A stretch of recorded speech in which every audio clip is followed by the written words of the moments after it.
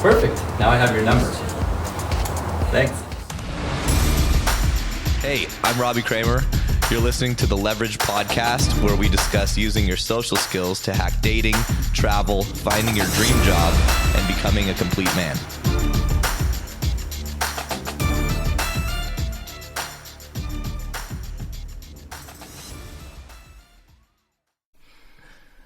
Yo guys, welcome back to the Leverage Podcast. We've got a returning guest who's been on the show, I think 2, 3, maybe 4 times. St. Robert Daygame. Twice.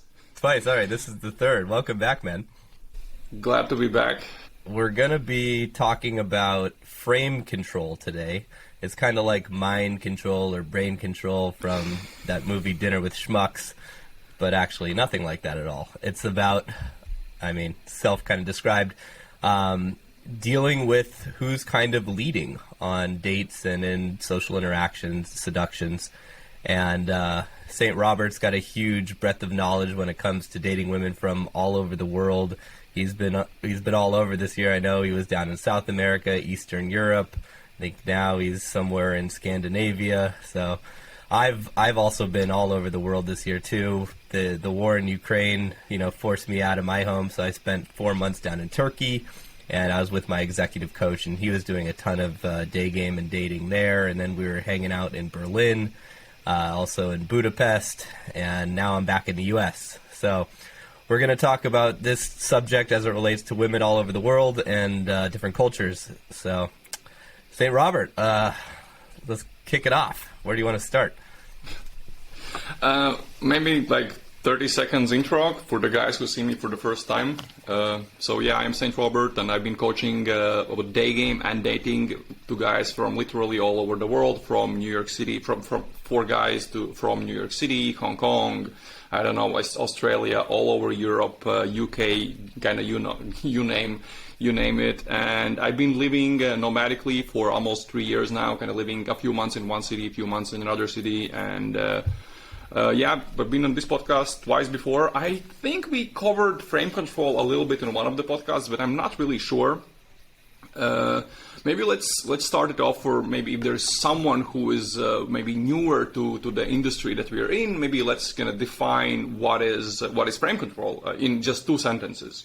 It's when you are talking to a girl, things can go your way, the way you want them to go, or things can go the girl's way, the way she wants everything to go. And it's kind of like who is taking the lead, who is in control in a good sense of this communication, whether that's on a street or anywhere else, or in some cases online maybe, or that's on a date, or when you're back at your place, etc.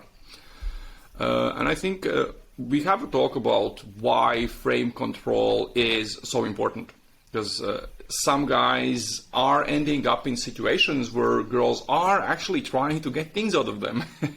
And this is where actually frame control comes into play, and there are several reasons why frame control is, I would say, one of the most important things in the whole thing of dating. If we put frame control in the same box as leading, then that is, in my opinion, is one of the most important things you can do, because whether that's just approaching, that's leading, or pulling a girl home, that's leading, or everything else.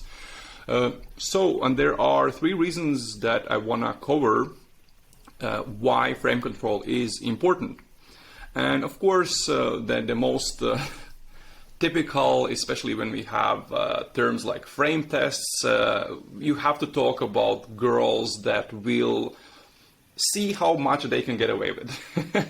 Mm-hmm. They will show up on a date, they will be super princessy, they will kind of try, okay, can I get this from this guy? Can I get that from this guy? Can I get this guy to come over to my place and fix my shelf someday, even though I haven't ever slept with him? Or maybe I can get him to pick me up and take me somewhere with a car, because like taxi is expensive, or can I get a dinner from him?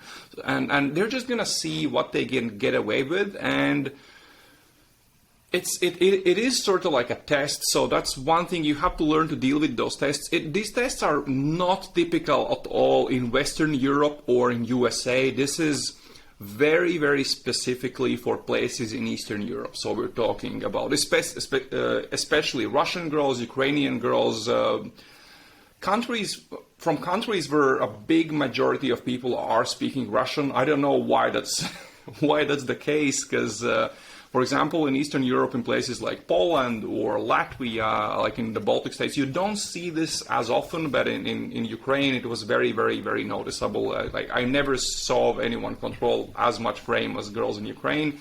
And this applies more to actually girls from those countries that live abroad.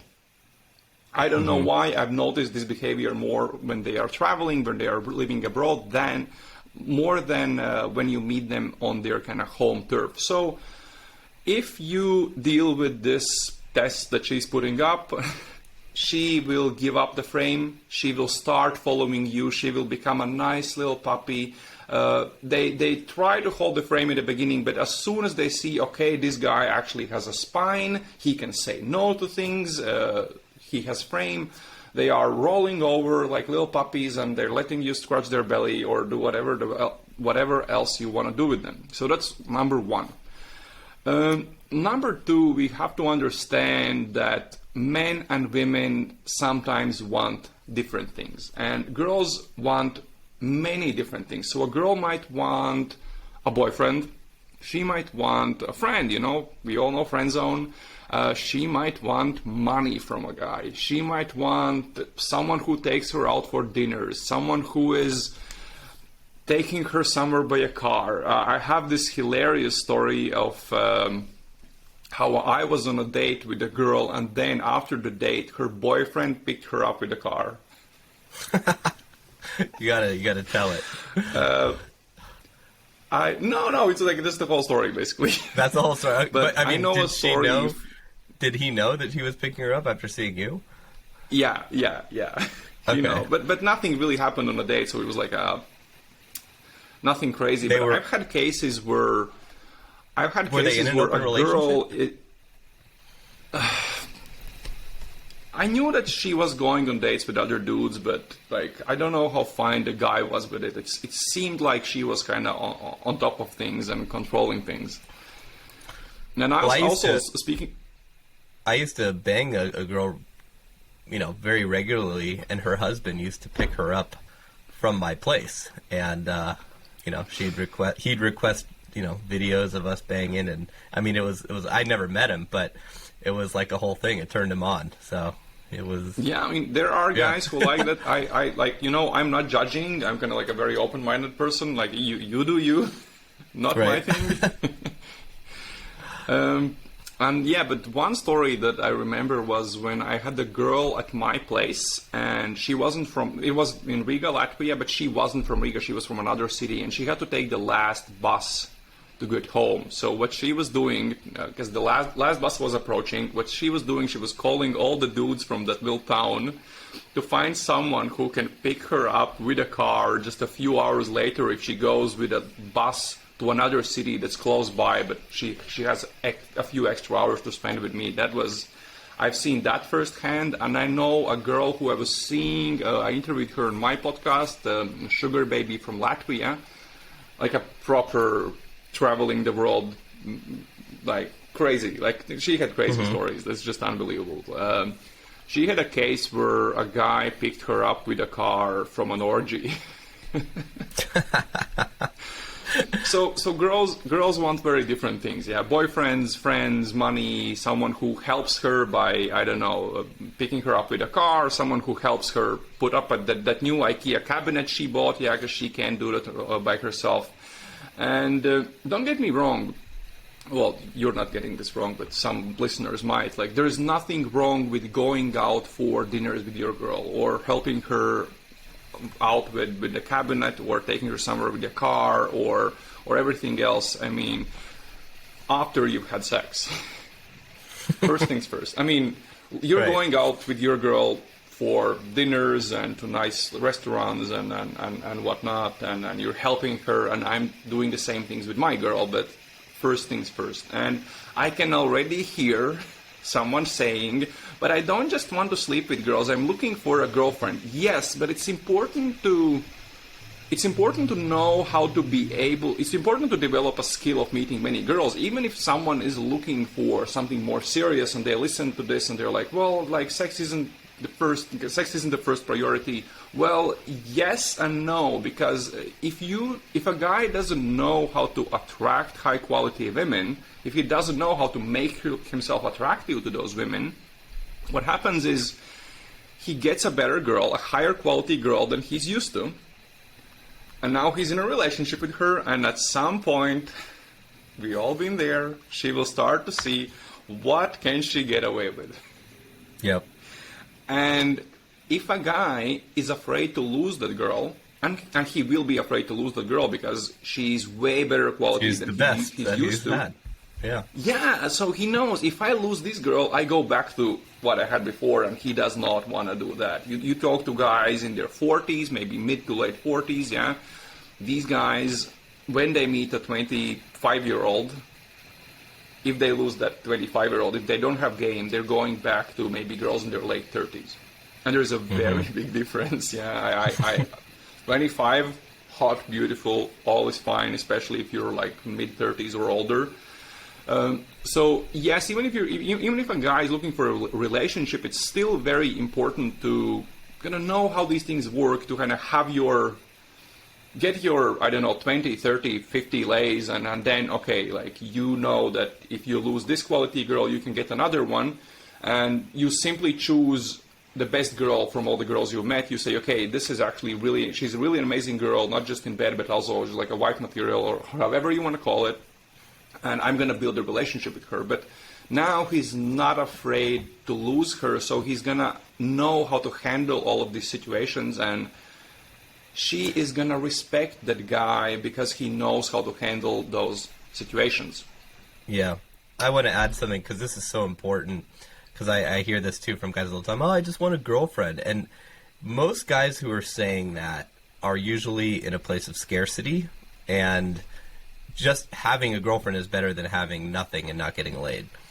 And if they do a little bit of this work and they improve their ability to attract women, they might get that girlfriend. But then that is almost always going to end in a disaster because of what you just said, because they feel like if they lose her, they're going to lose everything, which kills the attraction for her, which has her start to pull away. She starts investing less. They get upset. They start investing more. And then you end up in a horrible situation of one-itis, or a guy who just can't get over a girl. He's devastated. And if you just develop your skills to attract women much further beyond the ability to just attract one girl and get lucky, then you're never going to be in this place of scarcity again. You might get rusty after a relationship, but you can get back there very quickly. And it's always those guys who are like, I just want a girlfriend. You know, they'll come, they'll do a program with me, they'll get the girlfriend, and then 2 years later, they'll be like, I can't get over this girl. I'm broken. I've gone through, thousands of dollars in therapy, or worse, they get divorced and the wife takes everything. So don't be that guy. Like, develop these skills to the point where you're not worried about losing whichever girl. Because if you're ever worried about losing your girl, you're probably going to lose a girl. Or you're going to lose everything else, but not the Or girl. worse. Or worse, you're going to yeah. be the dude picking her up from orgies. Right. So what the conclusion we have come to is that the second reason why frame control is important, that men and women want different things. And women can want all of these things, like a friend, boyfriend, money, or of course also a guy to just have fun with. And men, first of all, we want sex, and then if we meet the right person, that develops in something more. But of course, you have to know what you want, and if you hear things like, oh, I'm going out with my friends, join us, which is like you get a number from a girl and she texts you, we're going out clubbing, join us, that's friend zone. Let's go out for a coffee in a lunch break, that's friend zone. No, you probably, like, guys listening to this, they probably have a decent understanding of how to go from meeting a girl to going home with a girl, at least a basic level. You go on a date, you go one bar, you go to the second bar, you pull her to your place. If it doesn't happen on a first date, you go out on a second date where you will do one bar, and from that bar you will pull to your place. If it doesn't happen on a second date, you have the option for the third date, but the third date always happens at my place, or at whoever is taking out the girl on a date. And if she doesn't want to come to your place on a third date, that's fine. Have you ever heard of adding the dummy venue into that equation. In what is that? The dummy venue is the third venue before you pull back to your place. Because you're saying about, 2 and then back to your place. I always tell my guys to add in a fake sort of third dummy venue. Like, for example, what I would always do, if I met a girl at a nightclub, for example, I would always try to kind of do like a mini venue within the nightclub. But then before pulling her back to my place, I'd add a fake venue, and I'd take her to a nightclub that was actually closed before taking her back to my place, because she thinks, oh, this guy's going to try to take me home. But if I take her to a nightclub that's closed, and I'm like, oh, fuck, this place is closed. Well, I've got some cocktails at my place. Then it's like all of those defense mechanisms are down. So I'll do the same thing on dates. And when I feel like, oh, she's ready to go home, I'm like, all right, let's make one more stop at, like, it doesn't matter, it can be anything. But it just kind of counter defends against their built-in defenses, and everyone has a better time. So that's what I always talk about in the dating protocol. you should experiment with the dummy venue. I've never heard this. They don't see it coming. What I've started doing in very cheap countries, I actually started doing more than 2 venues. Yeah, I think if you can do 3 or 4, why not? Even if that lasts. Very often. Yeah. Mm-hmm. In cheap places, I'll do 3 venues quite often, just because, if I like the girl, I maybe actually want to spend some time with her and get to know her, and but I'll still try the pool. So, and the moral of the story is if guys know what they want, and they should focus in the beginning on sex, but girl is kind of moving away from that all the time, is not coming over to their place on a 3rd date, then it's better to lose the girl than to lose a frame. And that's a rule I always tell my students: lose the girl, don't lose the frame. It's just like in one of your. I saw your TikTok account today, and and you had this hilarious video of how important is money, and there was this young dude who was like just all over the place. So when my DJ set drops on Spotify, we're gonna have so much money, you can move out of your basement, and then you show this yourself in a suit as a successful guy, and you say, if you don't have game, this will happen. And it's clearly a girl just trying to get money out of this guy. So that's what you're risking if you don't understand that girls want to have different things, that you're not willing to give up the girl. And this brings us to the 3rd reason why frame control is very important. It's important. So frame control in cases where a girl is trying to get money, gifts, dinner, etc. from you, means just protecting yourself and understanding that you're not really willing to take her to that expensive restaurant, and you're going to say no, you're going to draw the line, and that's it. So these are the 3 good reasons why it's very important to learn to frame control and to know how to do that. But this brings us to the next thing, which has become more and more apparent in the last years, is frame control has become this kind of toxic thing. You could call this toxic frame control. And that is because there is a lot of red pill content out there talking about how many girls are trying to put you in a friend zone and trying to get drinks and money and gifts from you and just trying to get you. And also there is a lot of content explaining how the dating world really works, like teaching, okay, people are cheating, people are mate poaching, etc., like things that David Buss talks about on his book, Evolution of Desire, I think, or things that are very well widely discussed on sperm wars. And of course you have guys preaching, you have Rollo and other kind of red pill renegades who I absolutely despise. They're making it seem like this big deal that's happening all the time, like girls are out trying to get you, and they will cheat on you, they will upgrade to a better man a few years from now, they will try to get money you, and they will get half of what you own if you get divorced. Well, okay, that's real, like protect yourself, get a prenup, own a company in like offshores that owns everything you own, that's a different conversation. But when you learn how the dating world really, really works, it seems like this is this bad thing. Like there's all these bad risks, all these things that could happen. everyone is cheating, everyone is after you, and if a guy doesn't know what to do about it, if he doesn't know how to kind of capitalize on this knowledge of how the dating world really works, what is happening, he's starting to feel bitter towards women, he's starting to hate women. And he's kind of paranoid that she's trying to control the frame, she's trying to snatch the frame, she's trying to win, but that is only because guys have been listening to too much theory and too much red pill stuff. They haven't learned the actual things they have to do to get good with girls. And if they're they not learn how to approaching meet girls, they're not going on dates, Yes. and they're not having their own experience. Yes. They're just listening to shit. they're like Yeah. theorizing in the chat, and we have this rule in our group chat that if we see that someone is asking like theory questions, we just like, how many sets did you do this week? If it's nothing, then, like we're not even discussing all of this like Right. red pill doesn't exist in our group chat. We have very, very, very strict rules about it. Strictly technical, strictly about this is what happened, this what do I do on this date, what do I do in these texts, what do I do in this conversation, because it's too much of this stuff online. So if they learn to meet girls they actually like, if they understand what makes them attractive to girls, well, all of a sudden magical things start happening. Then they become the guys that some girls are cheating with on their whatever boyfriends, husbands. They become the guys. Like I've heard a bunch of stories of a day gamer, let's say, opening a girl. She's waiting for her Tinder date, and she just goes on a night date with this guy and sleeps with him on the same day. Just doesn't even go on a Tinder date,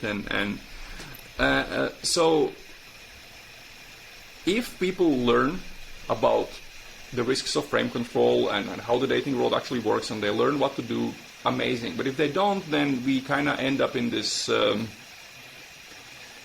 place where everyone is kind of scared to lose the frame, that she's definitely trying to get me. Like, let's say a guy would post in a chat the screenshots of texts like, let's meet 30 minutes later, I'm still at work. Or girl says, sorry, I can't meet today, let's do tomorrow or Friday. Or a girl says to a date request, hey, I don't drink, when he offers to go for drinks. And they say, they instantly will post this screenshot and they'll say, although this girl is trying to snatch the frame, she's trying to control everything. What? Maybe the girl is actually stuck at work because she actually has work. We live in a westernized world where women are, thank God, also working. They have human rights and everything else. It's like I'm pro all of that stuff. It's amazing. So maybe she's actually working and she's actually busy, not trying to like. Maybe she actually can't make today because her cat fucking is sick, or she has to, I don't know, help her grandma, or. Of course, maybe you fucked up in texting and she's saying, oh, I can't today, let's do another date, and I'll let you know. That's a different conversation. We're talking about the case where a girl says, I can't today, let's meet tomorrow or Friday. That is not a situation of frame control, but I see all the time guys posting this stuff and then saying, like, and then showing how they insisted, no, let's meet now, not 30 minutes later, like. And they go completely berserk. It's unbelievable. And of course they fuck up that lead, because yes, there are some cases where that girl will come out, but in most cases they'll just fuck up those leads. There's this big understanding that girls are nice. Yeah. They're not trying to snatch the frame. I think the distinction there, what you just said, is important. That if she, if she flakes, or quote unquote flakes, and she's provides an alternative time, that's not flaking. That's a genuine reschedule.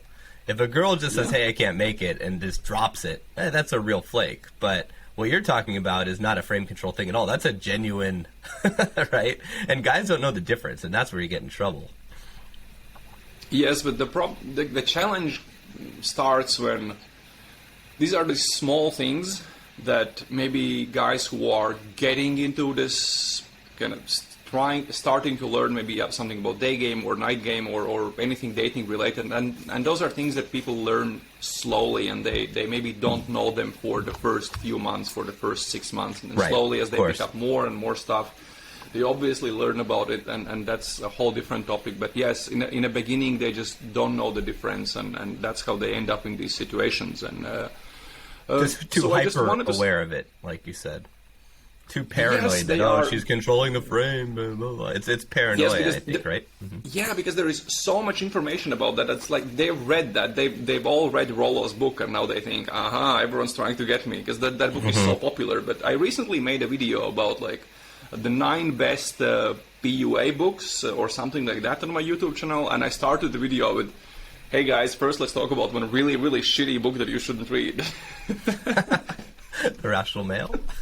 yeah, because I just put it as number 1, and all the hate comments were about, no, that's a great book, and I didn't even bother asking, like, how many Daygame lays do you have, because I know those answers, so.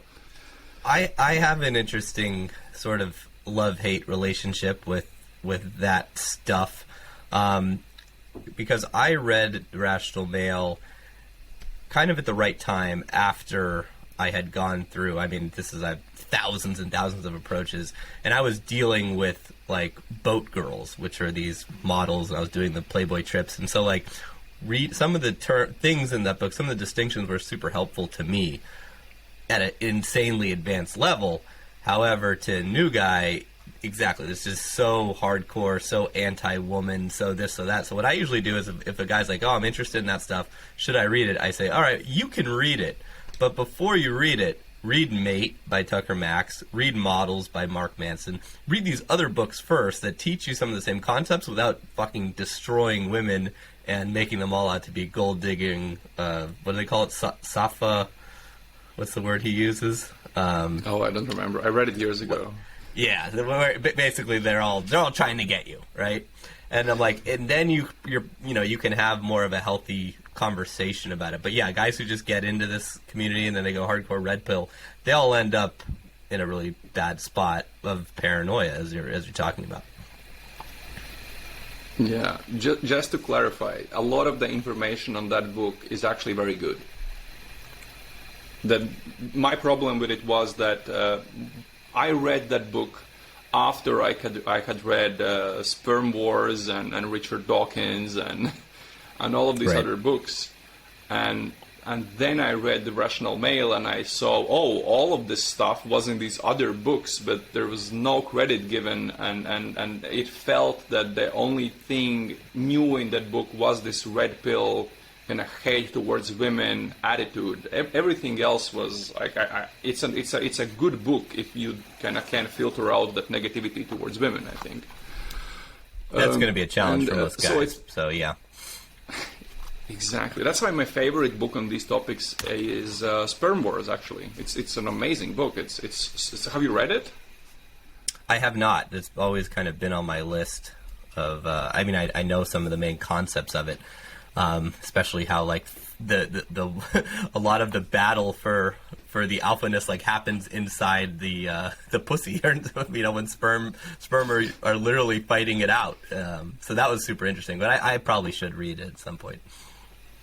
I think it's for guys who are getting into this industry. It's a very, very interesting read because it's written in a very entertaining way. There is this one story, kind of like interesting story from life, or like imaginary story. But then there is a scientific explanation why that happened. There's a story of a girl cheating on her husband, and then there is the scientific explanation why that happens. There is a story of a girl participating in an orgy, and then there is a scientific explanation why would a girl participate in an orgy. And it's just a very entertaining read. But anyways, what I wanted to kind of separate is healthy leading from toxic frame control, from all the stuff everything that we talked about, most of it is toxic frame control, just being overly obsessed with being in control. Whereas leading is simply knowing your goal, knowing your steps, how to get there, like having that structured, okay, I go on venue 1, I do this in this part of the interaction with the girl, next part of the interaction is this, next is this, and then I pull her home, and then I do this, and I wave a magic wand, and boom, she's naked, and everything happens, yeah? Guys simply have to know their goal, and know how to get there, and then lead. Don't end up in a friend zone. Don't help her put up that new cabinet she needs to put up. Don't take her out for dinner. Always try to pull on a second date, even if you succeeded in the first one. My rule is always pull on a second date. Like, you have to try, even if you know it's gonna fail.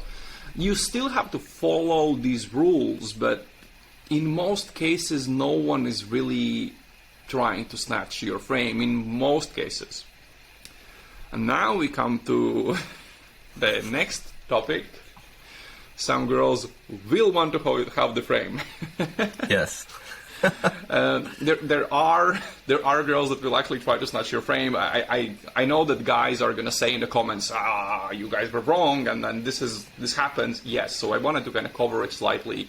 And of course, if a guy is trying to hold the frame and the girl is fighting, if you're trying to hold the frame and the girls are fighting that too much, like they're trying to keep their frame too strongly. They want to pick when and where you meet, and they're very kind of strict about it. They want to pick all the venues. They are very strict with whom they're very strict when they're going to come over to your place. That's fine. These girls just aren't for you. There are girls who are going to be like that. They're going to be, especially, I noticed this in Ukraine. In Ukraine, I had to learn to filter on the dates. I went on a date. I very strongly kept my frame. And if I saw that, because in Ukraine some girls have very strong frame just because they are very business oriented, very smart, very driven, and that has kind of taught them to be extremely controlling. And if I notice they are too controlling, I kind of realized, okay, this is not going to happen. I did one venue and I went home. And in some places you have to really learn to filter out. And depending on the country where you are, these things will happen. In some places more, in some places less. But do you know what else this depends on? Like, will she try to control? Will she try to get a dinner out of you? It also depends on the guy's game. Yeah, if she feels like she can. If you're a sucker. Yeah, she knows and not even like with... Yes, and almost all the cases that I've heard from guys in my community or online or from students about guys ending up in bad situations, it's because guys made some big mistakes in the way they were communicating with the girl. They were flashing cash, they were wearing something too fancy, they picked venues that were too fancy, they didn't lead enough. Maybe I would say 1 out of 10 cases I've heard and seen in my experience was because girl was trying to really, really snatch or control the frame.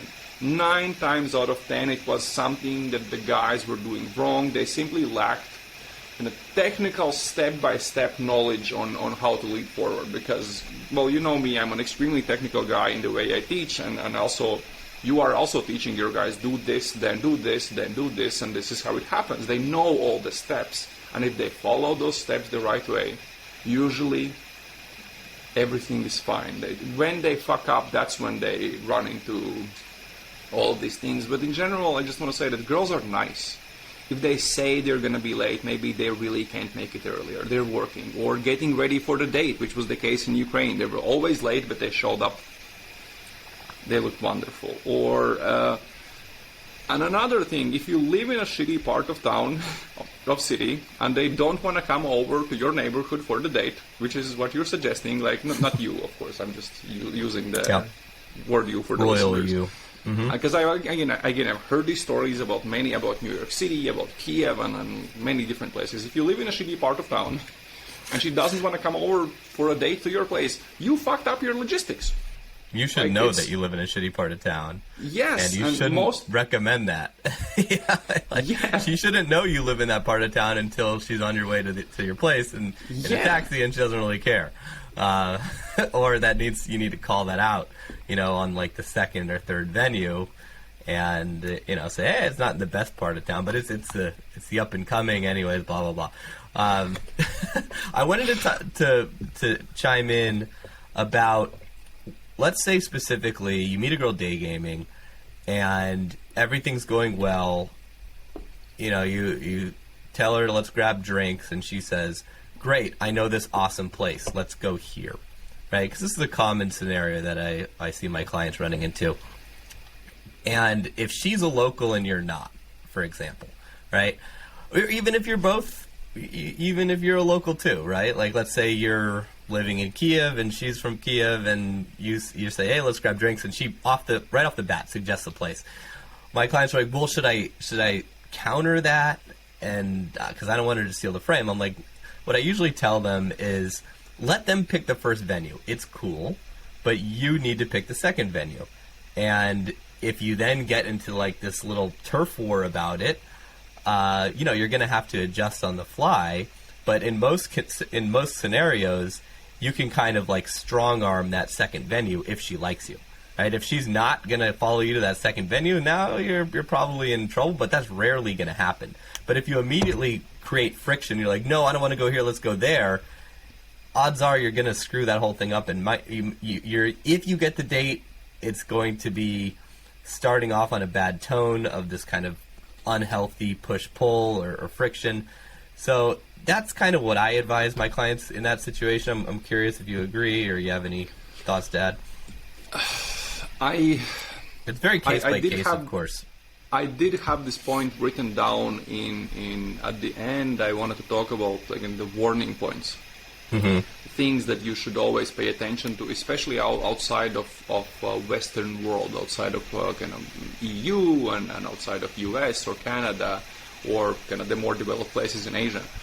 There's always a risk of running into professionals, and in Riga, we have places where you have girls standing outside looking nice, smoking. You walk up to them, they're like, oh, we have a table, we're going to a place with a girl, with a friend, we have a book table, join us. All those places are scam bars. Oh yeah. So I would really carefully look at which part of the world I am. I would personally be extremely careful. I would not agree if I was in kind of Eastern Europe. I would not agree to this if I was in Latin America. Maybe like in Western Europe or US or Canada, I think it's maybe a little bit better, but I would be like, I wouldn't kind of say, oh my God, I totally disagree, but I would kind of... Yeah, you're right. It's really going to... You got to know which bars are kind of scam bars, which is a good point. Like, I know every scam bar in Kiev. So when guys say, yes, oh, she wants to take me to Avalon, I'm like, that's a scam bar. You're going to get stuck with a $100 tab, and she's going to get 25% of that, and she has no interest in you. That's how she's making money for the day. These are professional daters on Tinder. You know, I've interviewed one of those girls on the podcast. So that you gotta do some homework. I've done the same. Yeah, you also interviewed. Yeah. Mm-hmm. Yes, in those parts of the world. So I wouldn't risk it, but what I do is I do let girls. Well, actually, yeah. Let's move to kind of. This is something I noticed, especially in Ukraine, and then I kind of really started paying attention to this topic that we're talking about now in Argentina. And what I noticed is a lot of girls wanted to show me some really cool bars. They say, "Hey, I know this bar," and then let's go there. And in the beginning, I was like, is she taking me to a sketchy place? What's happening here? Like, I couldn't figure it out. But then it clicked. They are being super nice. They're showing me places I don't know about. They're taking care of me. That's a very big investment from her side. And so I think it's actually a very good idea. But what I did in Ukraine and in Argentina, I also tested this in Bogota, Colombia. I stuck to picking the first venue, and then I let, if they suggested going to some other bar as a second venue, I let them do that. Because in most cases, there was actually an investment from their side, and they were... That's how I actually found out about the best restaurants in Argentina, in Buenos Aires, and the best bars, because in Buenos Aires, I would say like 9 out of 10 restaurants are complete trash. And that 1 out of 10 is incredible. And I only found out about the good ones because girls were showing me these places when I started dating them, or about the best bars for dates. I actually learned when I went on my first dates, and just girls said, hey, I'm going to show you this bar. I was like, boom, we end up in this amazing bar. So, So in general, so yes. you would choose the first venue, and then you'd let them choose the second. Yes, yeah. If they that's offer, a great I do rule. that.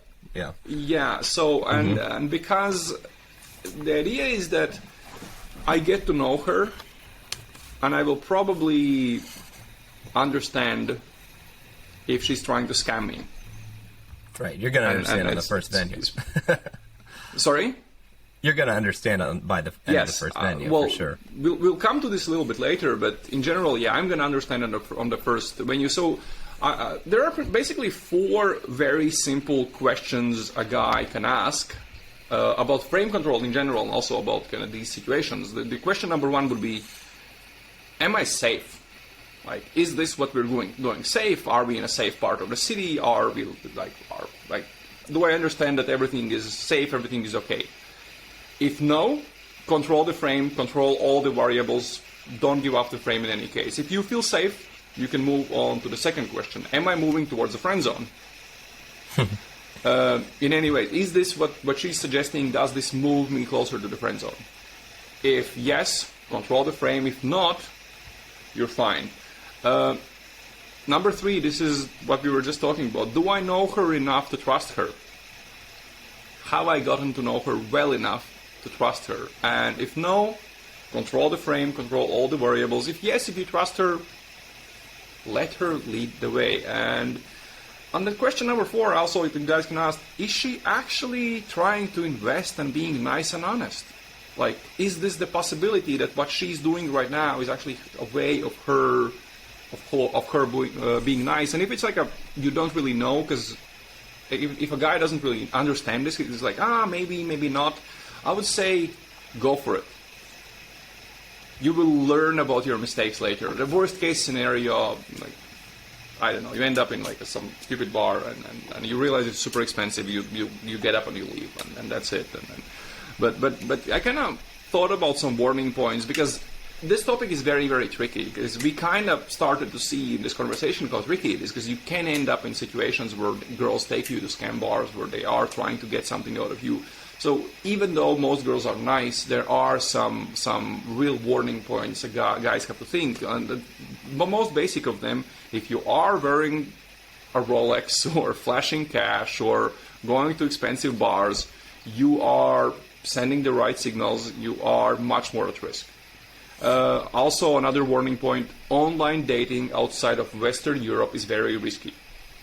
If you are in Medellin and a girl is saying, oh, I'm bored at home, come over to my place, you're probably getting robbed. Yeah. If she's coming straight over to your place, hide your shit.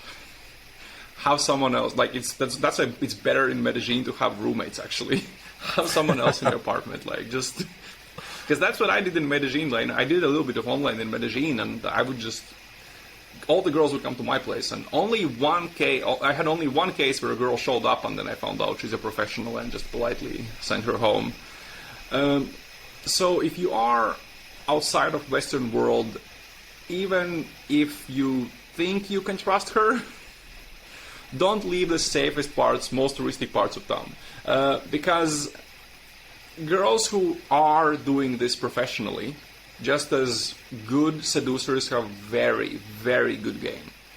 Those girls, they have incredible game. Like, they know what they're doing, like, to a very, very high level. They're professionals. And this brings us to the fact that if a guy has less than 20 day game lays outside of online, we're talking night game, day games, things like that, cold approach.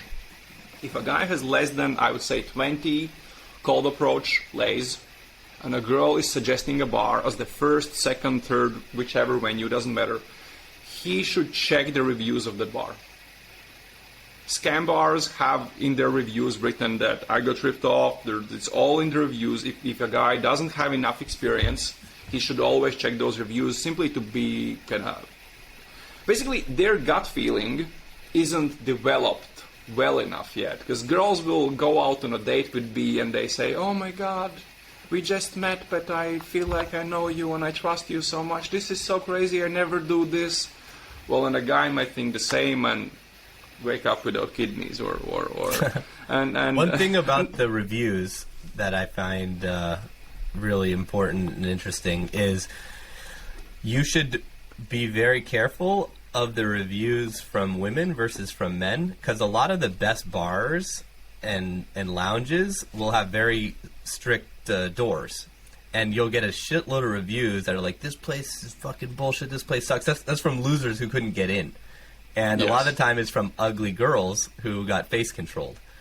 If a review is from a girl and saying this place sucks and blah, blah, and the people are assholes, it's usually a good place because they didn't let her in, right? But if the place has a bunch of reviews saying, like, this place is a ripoff, this is a scam, and they're from dudes, now you got to be careful.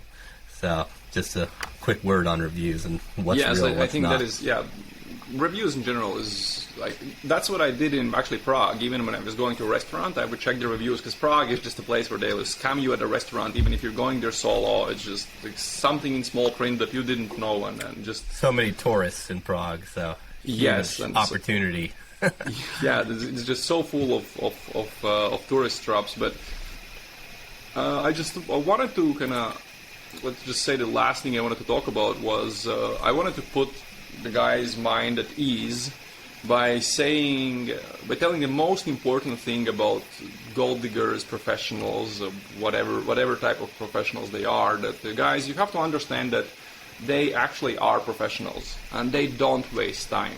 They are filtering hard for guys that are very easy marks. There are guys, if you are even remotely aware of what's happening, like, that stuff is not going to happen to you. But if you are an easy target, they really know. They can recognize you from far away. They know how to deal with that, and you will end up with, if you end up on a date with a gold digger or a professional of any sort, you send the wrong signals. I think that's. But you know more about this because you said you wanted to talk a bit about seeking. Yeah. And you have a bunch of your students kind of exploring that part of internet. Well, I've been, for whatever reason, maybe it's because I just turned 40 or I'm getting older, I've had a lot of clients sign up who are in their 50s, even a couple in their early 60s, who are successful guys, who are, experienced in Daygame, but they're also dabbling in seeking, which for them, online dating for a guy, obviously online dating for anyone, in my opinion, sucks.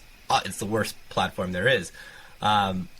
But if you're not bad looking and you have some money and you know how to navigate seeking, at least the quality in terms of looks is going to be, it's insane. Like, it's 10x what you're going to find on Tinder or Hinge or any of these other places. But of course, you're dealing with, like, these are admittedly sugar babies. There's not a girl on the site who's not at some level gold digging. Like, that's just what a sugar baby does, right? She exchanges sugar or she gets sugar. So the rule of thumb is, if you're going to use one of these sites, don't go on dates with girls who have been on the site for more than like 2 weeks or a month, because what that means is they're experienced and they're going to crush you. Like, it doesn't matter how good you are. These girls have way more experience because they can go on 2 or 3 dates a week. They can go on a date every night if they want to. And just the pure amount of reps compared to what you're doing, they've got you beat, and they are going to exploit that. Right, and it's literally a battle of frames to see who can get what out of the relationship, and it's this exchange of sex for cash, basically. But if you do find a girl who's been on the site for less than 2 weeks and she's just kind of testing with waters and trying it out, you can find some genuinely nice, cool girls that are just looking for a relationship with a guy who has some resources. That's what you see a lot on Seeking, and usually those girls do get into a relationship or they find like a sugar daddy. But it's they do enjoy having sex with them, and it's a genuine exchange for a mentorship or whatever. So what I tell my clients is, if you're going to dabble in that, it's really important to get sort of on-the-spot feedback, and we can go over each specific interaction, each specific girl, so you can understand how to use those sort of sites, how to not get scammed, how to not get taken. Because what will happen is, the worst-case scenarios is a guy falls in love with a hooker, and she just exploits him. And, he thinks, if I just do a little bit more, then she'll love me. And he's just chasing the dragon, right? And you want to spot these toxic, aggressive, sugar babies early, because they're going to be very strict. They're going to control the frame to, like, an unbelievable degree. They're going to be like, we're going here, we're doing this. I want to know about the arrangement before we meet. I want $500 before this meeting. And you just got to stay away from those girls. Nothing good is going to happen from even having sex with them. And I do have one client who's kind of like addicted to banging these hookers on Seeking, and that's a very real thing. Like, if you dabble in that, you can get addicted to that. And what you're really kind of addicted to is this, thinking that you can kind of change one of these women into loving you. It's kind of messed up in the head. And, usually involves other substances. So just be very careful on those sites. Find the girls who are new to the site and not trying to hardcore control the frame, because otherwise you're entering a world of pain. Yeah, because you know stuff about that. I have like zero experience with that. I don't know anything about it, but I've noticed that you've been talking about this and you really know something about that. Yeah, I've done a few different on this topic, podcasts. Well, just if anyone's interested more in that topic, I've done 2 webinars specifically on seeking and navigating sugar baby sites and kind of the do's and don'ts. So, I can link those in the episode as well. Yeah, because I'm going to send this to my mailing list as well, and maybe someone's interested in that. Mm-hmm. Yeah, sure. But as far as frame control, I'm trying to think, are there any other scenarios that you feel come up? I think I really like those 4 questions in terms of a framework to ask yourself to know if you need to be, worried about controlling the frame. I think you kind of covered it there. Are there any other scenarios you can think of where guys get it wrong a decent amount of the time? I think we covered most of them. I think if you are Glad I asked. A big one came to me. Oh my God, yes. How could I forget this? Oh my God. If a girl insists on you calling her a cab and she doesn't come out if you don't, she's there for money or for drinks or whatever. That's a very, very, very big red flag, especially in Eastern Europe, also Latin America less. I'm fine with calling her a cab if she's coming straight over to my place. If we're talking online, which is again, don't do online, but Latin America, you can dabble with that a little bit there. But yeah, big red flag.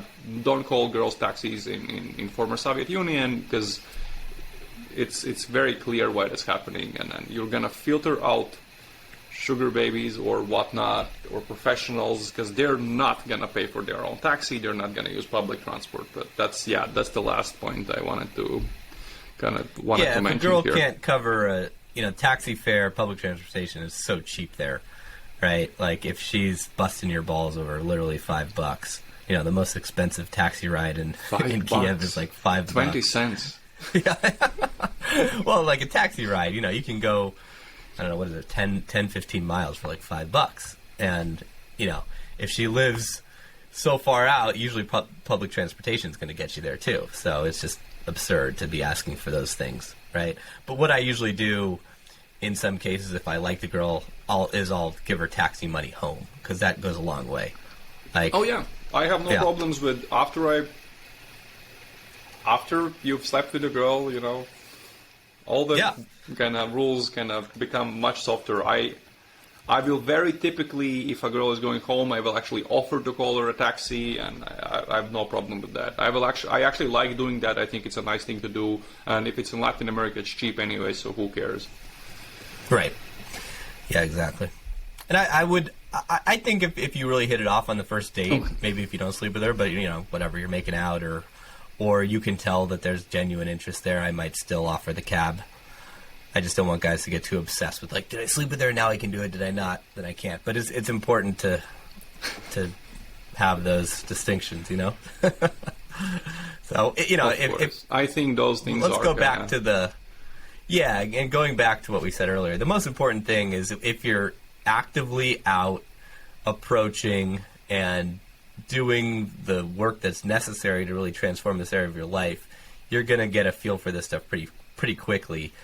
And if you're in a program that allows you to get direct feedback on your dates, you're going to learn this stuff super fast. So if you join my leverage group, or if you join St. Robert's program, where you're literally asking about these specific scenarios, this is where you're going to really learn, because it's in these individual case studies where we see where it really clicks in, right? Because when we're talking about theory, it's easy to misconstrue different scenarios, like, well, does this apply to that? Does this apply to this? But when you actually have, this is a scenario, this is what happened, what should I have done? And you can get our feedback, then you're going to see that over and over and over, and you're going to know going forward. So, say, Robert, what can you tell us, guys, like anything else you want to cover, and if not, where can guys find you and learn about your stuff? I think I think we covered everything, and about finding my stuff. I think guys who watched this part understand that I'm an extremely structured guy, and the way I teach Daygame, as you know, is like, this is what you do. These are the steps. You take them exactly like this. This is like, I'm a very extremely structured coach. So if I point them to anything, then I would say go to my YouTube channel, Saint Robert Daygame, and look for the playlist, The Structured Natural Approach. Because if guys are interested in Daygame, I explain everything they need to know about the Daygame interaction in like almost like a computer program. If this, then this. If this, then that. And everything is step by step. So guys, if you liked my structured thinking, check out that. And Robbie, thank you very much for having me, as always. Yeah, man. Great to chat, and you're one of the leading experts in this field, so we always have great conversations. Thanks for coming on. Thank you. Thanks for listening. If you want more, go to innerconfidence.com, and don't forget to subscribe to this podcast for the latest episodes.